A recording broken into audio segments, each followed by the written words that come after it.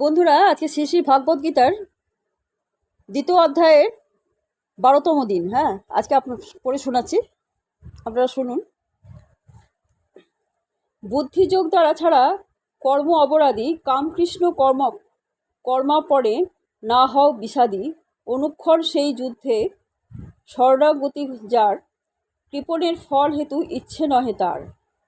হে ধনঞ্জয়, বুদ্ধিযোগ দ্বারা ভক্তির অনুশীলন করে সকাম কর্ম থেকে দূরে থাকো। যারা তাদের কর্মের ফল ভোগ করতে চায় তারা কৃপণ।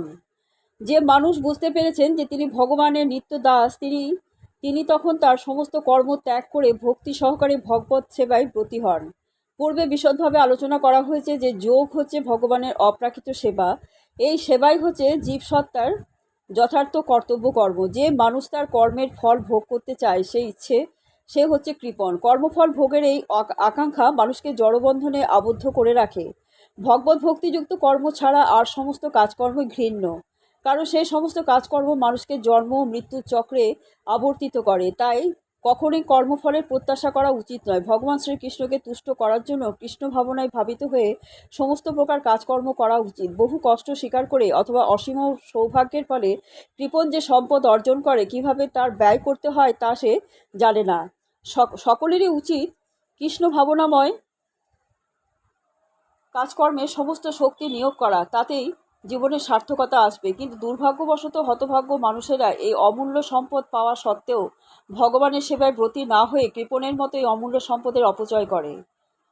বুদ্ধিযুক্ত যহা তিহ উভে সুকৃত দুষ্কৃতে তস্মাৎ যোগায় যুজস্ব যোগ ও কর্ম কৌশলম।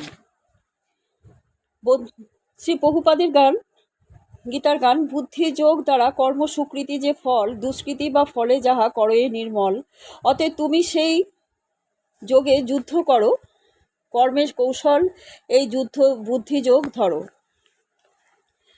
যিনি ভগবত ভক্তির অনুশীলন করেন তিনি এই জীবনে পাপ ও পুণ্য উভয় থেকে মুক্ত হন। সুতরাং হে অর্জুন, তুমি নিষ্কাম কর্মযোগের অনুষ্ঠান করো, সেটাই হলো সর্বাঙ্গীন কর্মকৌশল। অবিস্মরণীয় কাল ধরে প্রতিটি জীব তার শুভ এবং অশুভ কর্মের ফল সঞ্চয় করছে। এই কর্মফলের জন্যই সে জন্ম মৃত্যুর চক্রে আবর্তিত হচ্ছে এবং জড়জাগতিক ক্লেশের দ্বারা জর্জরিত হচ্ছে। অজ্ঞতার অন্ধকারে আচ্ছন্ন হয়ে পড়ার ফলেই জীব তার স্বরূপ ভুলে গেছে। এই দুঃখদায়ক অবস্থা থেকে নিষ্কৃতি পাবার উপায় হচ্ছে গীতার নির্দেশিত ভগবানের উপদেশ হৃদয়ঙ্গম করে তার সেবায় নিজেকে সম্পূর্ণভাবে উৎসর্গ করা। তাহলে আমাদের অজ্ঞতার আবরণ উন্মোচিত হবে এবং জন্ম জন্মান্তরে কর্মফলের শৃঙ্খলায়িত শাস্তি ভোগের কবল থেকে মুক্ত হতে পারবে। সেজন্য সকল কর্মফলের প্রক্রিয়াকে পরিশুদ্ধ করে তোলার পন্থাস্বরূপ কৃষ্ণ ভাবনাময় কর্তব্য কর্মে নিযুক্ত থাকতে অর্জুনকে পরামর্শ দেওয়া হয়েছে। কর্মজ বুদ্ধিযুক্তা হি ফলং তক্তা মনীষিং জন্মবদ্ধ বিনির্মুক্তা পদং গচ্ছন্ত নাময়ম। শ্রী প্রভুপাদের গীতার গান। মনীষী যেই সেই কর্ম বুদ্ধি যোগ দ্বারা ত্যাগেতে সমর্থ হয় কর্মফল সারা, জন্মবন্ধ বিনির্মুক্ত সেই কর্মযোগী অনাময় পদ প্রাপ্ত হয় সেই ত্যাগী। মনীষীগণ ভগবানের সেবায় যুক্ত হয়ে ভগবানের শরণাগত হন এবং কর্মজাত ফল ত্যাগ করে জন্ম মৃত্যুর বন্ধন থেকে মুক্ত হন। এইভাবে তারা সমস্ত দুঃখ দুর্দশা থেকে মুক্ত হন। জড়জগতের দুঃখ দুর্দশা যেখানেই নেই, মুক্ত পুরুষেরা সেখানে অবস্থান করেন। শ্রীমদ্ ভগবতে আছে, সমাশ্রিতা যে প্লবং মহৎ পদং পুণ্য যশ মুরারে, ভবাম্বু ধীবৎ সপদং পরং পদং যদ বিপদাং ন তেষাম। পরমেশ্বর ভগবান, যিনি সব কিছুর আশ্রয় এবং যিনি মুক্তিদাতা মুকুন্দ নামে খ্যাত, তার পদপল্লব রূপ তরুণীর আশ্রয়ে যিনি গ্রহণ করেছেন, তিনি অনায়াসে এই ভবসমুদ্র উত্তীর্ণ হন। তার কাছে এই ভবসমুদ্র গোসম্পদ তুল্য। পরম পদং বা যেখানে জড়জাগতিক ক্লেশ নেই, অর্থাৎ বৈকুণ্ঠ হচ্ছে তার গন্তব্যস্থল। যে জগতের প্রতি পদক্ষেপে বিপদ, সেখানে তিনি অবদ্ধ থাকতে চান না। আমাদের অজ্ঞতার জন্য আমরা বুঝতে পারি না যে এই জড়জগৎ প্রতি পদক্ষেপে দুঃখ দুর্দশায় পরিপূর্ণ।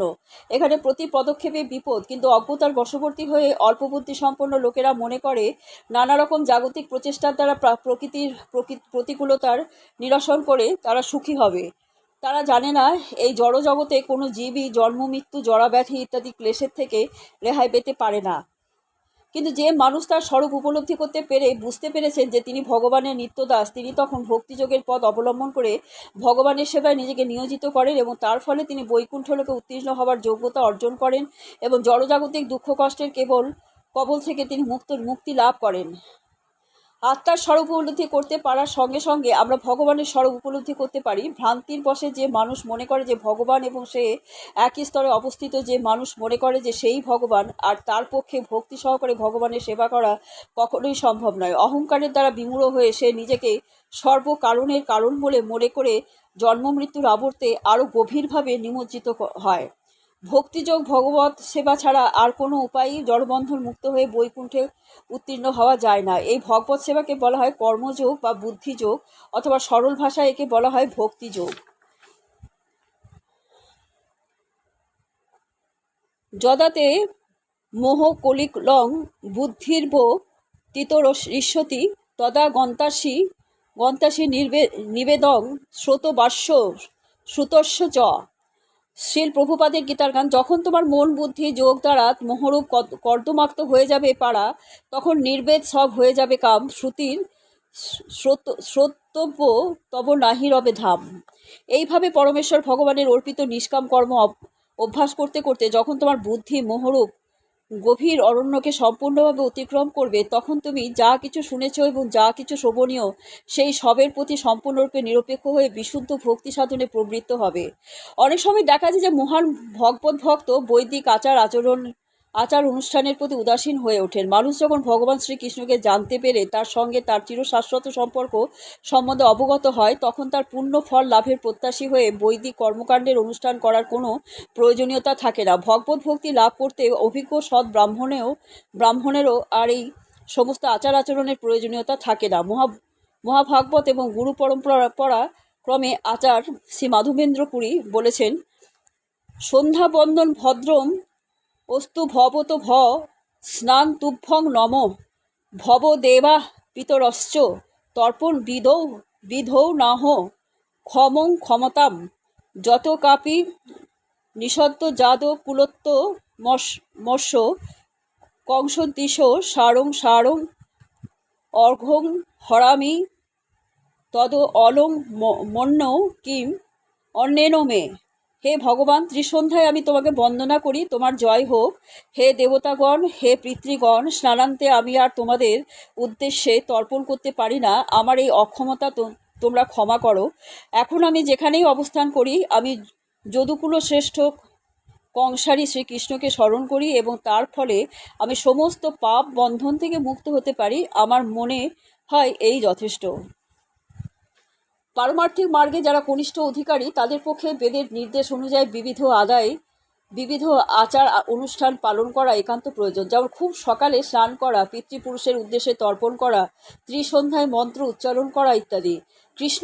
কিন্তু কৃষ্ণগত প্রাণ হয়ে যিনি ভক্তি সহকারে ভগবানের সেবা করে চলেছেন, তাকে আর কোনো আচার অনুষ্ঠানে বিধি পালন করতে হয় না, কারণ তিনি সমস্ত সাধনার পরম সিদ্ধি লাভ করেছেন। শাস্ত্রে যে সমস্ত তপশ্চর্য যাগ যজ্ঞ বিধি নিষেধের আচরণ করার নির্দেশ দেওয়া হয়েছে, তার একমাত্র উদ্দেশ্য হচ্ছে ভগবানের কৃপা লাভ করে তার পদারবিন্দে সম্পূর্ণভাবে আত্ম উৎসর্গ করা। তাই ভগবানের সেবায় যিনি নিজেকে উৎসর্গ করেছেন, তাকে আর সেই সমস্ত আচার অনুষ্ঠানে স্মরণ নিতে হয় না। কিন্তু শাস্ত্র নির্দেশিত আচার অনুষ্ঠানের উদ্দেশ্যে যে ভগবত ভক্তি লাভ করা, সেই কথা না জেনে যারা অন্ধের মতো সেগুলির আচরণ করে, তারা অনর্থক তাদের সময় নষ্ট করে চলেছে। যে মানুষ ভগবত ভক্তি লাভ করেছেন, তিনি শব্দ ব্রহ্মের স্তর উত্তীর্ণ হয়েছেন, অর্থাৎ তার কাছে বেদ উপনিষদের আর কোনো প্রয়োজনীয়তা নেই। বন্ধুরা, আজকের মতো এখানেই, কালকে আবার শোনাবো আপনাদের।